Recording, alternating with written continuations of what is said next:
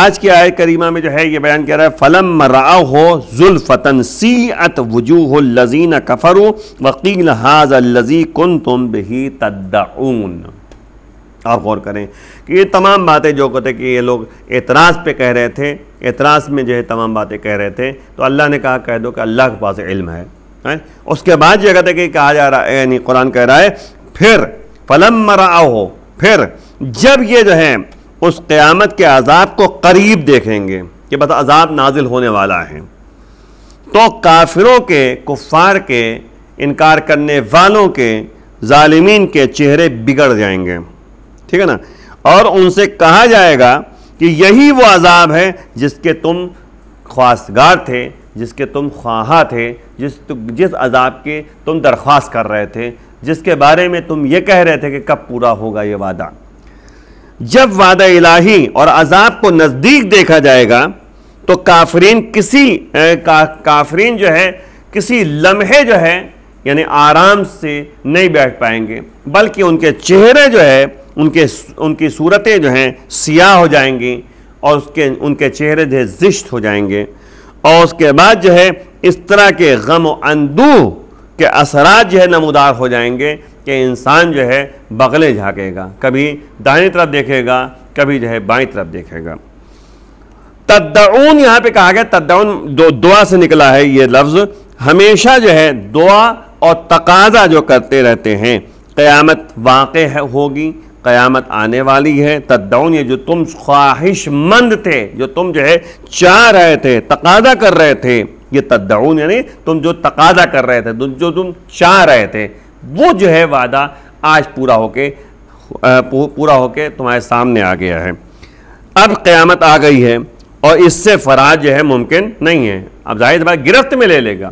اسی طریقے سے آپ غور کریں کہ اللہ کہہ رہا ہے قرآن میں کہ جب موت آ جاتی ہے، جب ملک الموت جو ہے روح قبض کرتے ہیں، تو یہ جو افراد ہوتے ہیں ایک دم سے کہتے ہیں کہ پروردگار ہمیں تو دنیا میں پلٹا دے، لعلی اعمل صالحا فیما ترکت، شاید میں نے جو ترک کر دیا ہے اعمال صالحہ کو وہ ہم دوبارہ انجام دے سکیں۔ تو اللہ کیا کہے گا؟ کلا، ہرگز ایسا نہیں ہو سکتا، اب جو ہے ممکن نہیں ہے، یعنی اب جو ہے پلٹنا تمہارے لیے ممکن نہیں ہے۔ اب تمہیں جو ہے جو کچھ کرنا تھا تم دنیا میں کرتے، اب جو ہے وعدہ جو ہے ختم ہو گیا تمہارا، اب جو ہے تمہارے جو ہے مدت ختم ہو گئی۔ جناب بہلول دانا نے جو ہے عبداللہ مبارک سے ایک جملہ کہا تھا کہ جب بھی تم گناہ کرو تو یہ سوچ کر گناہ کرو، نافرمانی کرو کہ جب ملک الموت آئیں گے روح قبضے کرنے کے لیے تو میں ان کو روک دوں گا کہ ملک الموت اب تم رک جاؤ تھوڑی دیر کے لیے، ہماری روح قبض نہ کرو، میں نے جو کہتے ہیں چھوڑ رکھا ہے اس کو جلدی جلدی انجام دے دوں۔ انسان جو ہے اپنے بارے میں سوچ نہیں پا رہا ہے، سوچتا ہے کل نماز پڑھنا شروع کریں گے، پرسوں نماز پڑھنا شروع کریں گے، ہے نا، اللہ پر جو ہے ایمان جو ہے پختگی پیدا کریں گے، تو یہ تمام جو ٹال مٹول جو ہے زندگی میں پایا جاتا ہے وہ خطرناک ہے۔ اور یاد رکھیے کہ ہر چیز کی توفیق چاہیے۔ آپ دیکھیں دعاؤں میں جو آپ پڑھتے ہیں ماہ رمضان کی دعاؤں میں یہ موجود ہے کہ خطبہ شعبانیہ میں جو جملہ کہا ہے نبی نے کہ فصل اللہ بنیات صادقہ وقلوب طاہرہ ان یوفقکم لصیامہ وتلاوت کتابہ،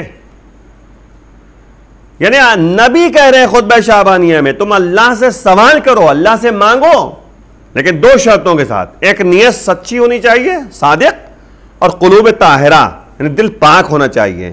جب یہ دو چیزیں ہو تمہارے پاس، صدق نیت اور قلوب طاہر یعنی دل پاک، تو تم مانگو اللہ سے دو چیزیں کہ تمہیں جو ہے اللہ توفیق دے۔ دیکھیں توفیق الہی شرط ہے، اللہ کی مدد شرط ہے کہ تمہیں روزہ رکھنے کی صلاحیت پیدا ہو، تم اس کے لیے روزہ رکھ سکو اور اس کی کتاب کی تلاوت کر سکو۔ ہر ایک کو یہ توفیق حاصل نہیں ہے، بہت سے لوگ ایسے ہیں کسی طرح روزہ رکھ لیا، بہت سے لوگ ایسے ہوتے ہیں روزہ رکھ ہی نہیں پاتے، توفیق الہیہ نہیں ہے ان کے لیے۔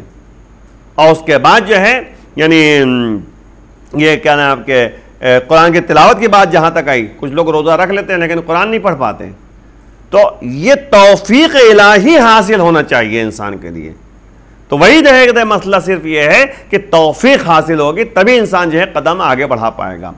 اور اسی لیے جو ہے ضرورت اس بات کی ہے کہ جب سامنے ایک دم سے جو ہے موت آنے والی ہوتی ہے تو انسان گھبرا جاتا ہے. اب کیا ہوگا؟ بھائی ظاہر سی بات ہے کہ جناب نوح کا بیٹا جو تھا جب عذاب الہیہ کو دیکھا تو اس کے بعد یہ سوچا ہے، تب بھی جو کہتے اس کے سمجھ میں بات نہیں آئی. وہ کہہ لیں پہاڑ پہ ہم جا کے جو ہے اپنے یعنی مدد مل جائے گی، پہاڑ ہمیں بچا لے گا. تو جناب نوح نے کہا آج کوئی بچانے والا نہیں ہے. تو اس عذاب میں جناب نوح کا بیٹا غرق ہو گیا. تو مسئلہ صرف اتنا ہے کہ عذاب الہیہ کے بارے میں سمجھنے کا، سوچنے کا، سمجھنے کی ضرورت ہے کہ جب ایک دم سے سامنے بات آ جائے گی تو انسان گھبرا جائے گا، بیکار ہو جائے گا. تو اس سے پہلے سے جو ہے عذاب کے بارے میں سوچے. تو وہی پروردگار کہہ رہا ہے کہ جب وعدہ الہیہ سامنے آ جائے اور عذاب جو ہے نزدیک ہو جاتا ہے، عذاب سامنے آ جاتا ہے تو ان کے چہرے متغیر ہو جاتے ہیں، بدل جاتے ہیں. اور اس کے بعد جو ہے انسان گھبرا جاتا ہے اور اس کے بعد یہ سوچتا ہے، جیسے فرعون کے بارے میں ہم نے بتایا آپ کو کہ فرعون جیسے کہ دیکھا اس نے کہ اس کے لشکر جو ہے غرق ہو گئے ہیں، اس کا لشکر پورا غرق ہو گیا، لشکر کے افراد غرق ہو گئے اور وہ خود غرق ہو رہا ہے، پانی میں ڈوب رہا ہے. اب اس کے پاس کچھ نہیں، جو اپنے کو خدا کہتا تھا، خدائی دعویٰ کرتا تھا. سوچیے ایک لمحے کے لیے اس کو جو ہے اللہ نے جب عذاب نازل کیا اس کے اوپر تو اب گھبرا گیا، اس کے چہرے کے رنگ بدل گیا. کہا اب جو ہے کوئی راستہ نہیں ہے سوائے یہ کہ جو ہے اللہ پہ ایمان لے. اب پروردگار نے کہا کہ اب کوئی فائدہ نہیں ہے. سوچے ایک لمحے کے لیے کہ ہوا کیا ہے، ہوتا کیسے ہے. یزید جیسا ملعون جو بہت بڑی حکومت پہ ناز کر رہا تھا، اس کے ساتھ کیا ہوا؟ کتنے سال حکومت کر پایا اور اس کے نتیجے میں کیا ہوا؟ وہ جو ہے عذاب الہیہ مبتلا ہوا. تو جتنے بھی افراد کو آپ دیکھ لیجیے اٹھا کے، جتنے ظالمین، جبارین، انکار کرنے والے افراد نظر آئیں گے، ان کا نظریہ یہی ہے. دیکھیں قرآن میں سورہ زاریات کی آیت نمبر 14 جلد پر پڑھ دو جس سے یہ بات اور واضح ہو جائے.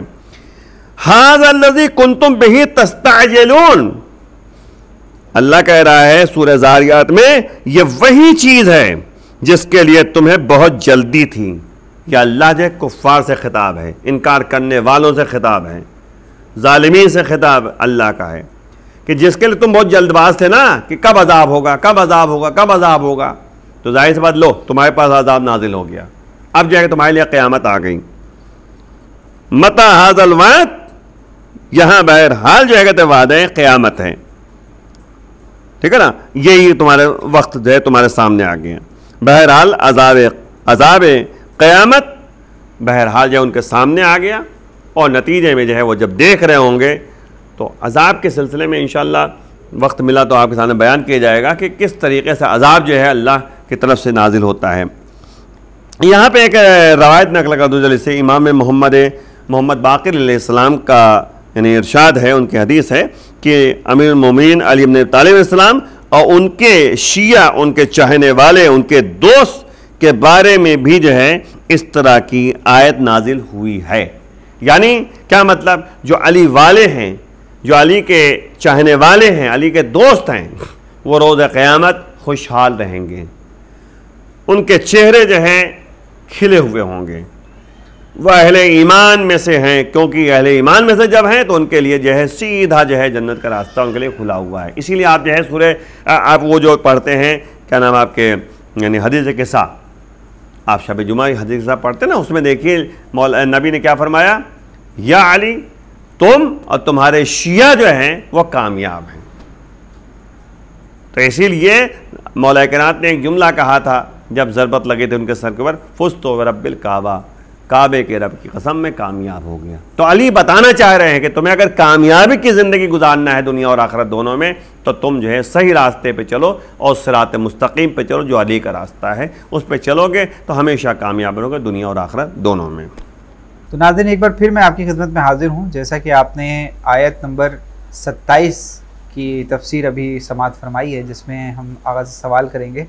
آغاز سب سے پہلا سوال ہمارا یہ ہے اس میں کہ جب انسان کے اوپر مشکلات ہوتی ہیں، عذاب نازل ہوتا ہے، تو یا کسی طریقے کی وبا آ جاتی ہے تو اس میں دیکھنے کو یہ ملتا ہے کہ انسان بہت زیادہ گھبرا جاتا ہے، لیکن یہی الہی نظام پر یقین اور اعتماد اور عقیدہ رکھنے والے لوگ وہ اس میں بھی شکر خدا کرتے ہیں. اس کی ذرا وضاحت کرتے ہیں آپ. اصل مسئلہ یہ ہے کہ ایک ایمان والا جو ہے، جو اللہ والا ہوتا ہے، جو نبی والا ہوتا ہے، جو علی والا ہوتا ہے، جو مین مسئلہ ہے کہ وہ ہمیشہ جو ہے اللہ کا شکر ادا کرتا ہے. اور اسی لیے آپ دیکھیے، یعنی کربلا کا واقعہ آپ کے سامنے ہے. وہاں پہ جو ہے جناب زینب دونوں بچوں کو جو ہے راہ خدا میں قربان کرتی ہیں، اور جب ان کی یعنی لاش آتی ہے خیمے میں تو وہ شکرانے کا سجدہ کرتی ہیں. جی. تو یعنی ہمیشہ جو ہے کہتے ہیں کہ ان لوگوں کی خاصیت ہوتی ہے. جی. اب سید سجاد علیہ السلام آپ دیکھیے، جی، جو بہرحال ان کے سامنے جو ہے تمام مصیبتیں تھیں اور تمام مشکلات کو انہوں نے دیکھا، یہاں تک کہ جو ہے یعنی سب مصائب کو دیکھنے کے بعد اسی طرح سجدے میں سر ان کا ہے. جی. شکر پروردگار ادا کر رہے ہیں، مطلب کہ اللہ کے لیے جو ہے کہتے ہیں کہ سجدہ کر رہے ہیں، عبادت الہیہ مصروف ہیں. ہمارے کیا ہوتا ہے، ذرا سے کچھ ہونے لگتا ہے تو ہم لوگ جو ہے نماز بھی جو ہے لیٹ کرنے لگتے ہیں، اور پھر جو ہے اللہ کی یاد میں جو ہے کہتے ہیں کہ زندگی کوئی اگر مر جاتا ہے مثال طور پر تو اس میں جو ہے انسان اپنی نماز ہی بھول جاتا ہے، کبھی کبھی ہوتا ہے. تو ایمان والے وہ ہوتے ہیں جو ہم ہر وقت اللہ کا شکر ادا کرتے ہیں، اللہ کا سجدہ ادا کرتے ہیں. بلائیں اور مصیبتیں جو ہیں، اب جناب یعقوب کو آپ دیکھ لیجئے، ان کے اوپر جو کہتے ہیں ظاہر سی بات ہے کہ اتنے سال تک وہ گریا کرتے رہے اپنے بیٹے کے فراق میں، تو ایک طریقے سے ان کے اوپر مصیبتیں تھی، امتحان تھا اللہ کا، اس پہ انہوں نے جو کہتے ہیں کہ گریہ وزاری کیا اور اللہ سے متوسل رہے. تو قرآن یہاں تک کہہ رہا ہے کہ ہم جو ہیں، اللہ کہہ رہا ہے کہ ہم کبھی مال سے جو ہے کہتے ہیں امتحان لیتے ہیں، کبھی جو ہے آپ کی جان سے امتحان لیتے ہیں، کبھی اولاد سے امتحان لیتے ہیں. تو یہ تمام امتحانات مختلف انداز سے ہوتا ہے اللہ کا.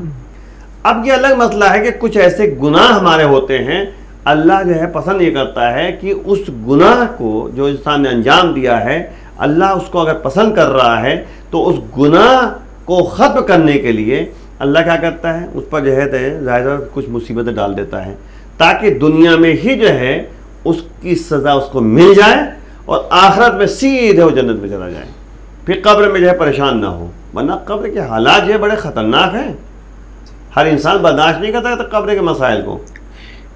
اس بات کو ہم جو ہے اگلے نشست میں شامل کریں گے انشاءاللہ. ہم چاہیں گے کہ اس کی وضاحت جو آپ کر رہے ہیں کہ کس طریقے سے مصیبتوں میں انسان، تو اسی لیے جو ہے ضرورت اس بات کی ہے کہ اگر یعنی بعض لوگ جو ہے اعتراض کرتے ہیں کہ ظالموں کو جو ہے بہترین عیش کی زندگی مل رہی ہے اور بہت اچھا اس کو جو ہے یعنی تو یہ بھی سوچیے کہ کہتے ہیں کہ اللہ دنیا میں دکھانا چاہ رہا ہے کہ تم یہاں جتنا عیش کرنا چاہو کر لو، تمہیں قبر میں بھی گزرنا ہے اور آخرت میں بھی آنا ہے. تو اب یاد رکھیے گا کہ کسی بھی انداز سے اللہ جو ہے کبھی دنیا میں جو ہے منی امتحان لیتا ہے، دے کر امتحان لیتا ہے، کبھی لے کر امتحان لیتا ہے. تو یہ دونوں لحاظ سے ہے. تو ہمیں اگر واقعاً اہل ایمان میں سے ہیں تو ہمیں جو ہے ہر لحاظ سے ہم اللہ کے احکام کی پیروی کرتے رہیں، ایکسپٹ کرتے رہیں، اور نتیجے میں اگر کوئی بلائیں یا مصیبتیں آ رہی ہیں تو اس کے لیے اللہ کا شکر ادا کریں کہ اللہ نے جو ہے ہمیں یعنی اس لائق سمجھا کہ ہمارا امتحان لے رہا ہے.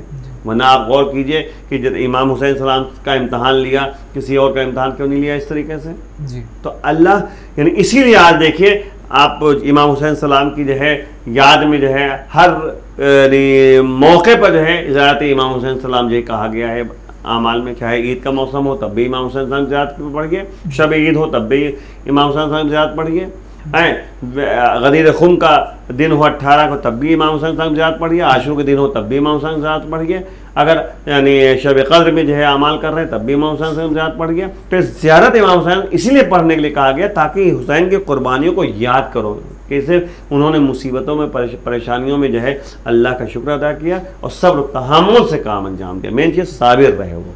بہت بہت شکریہ آغا، آپ مسلسل وقت دے رہے ہیں. ہم تمام ناظرین اور تمام حسینی چینل ٹیم کی طرف سے آپ کے شکر گزار ہیں کہ آپ مسلسل وقت دے رہے ہیں.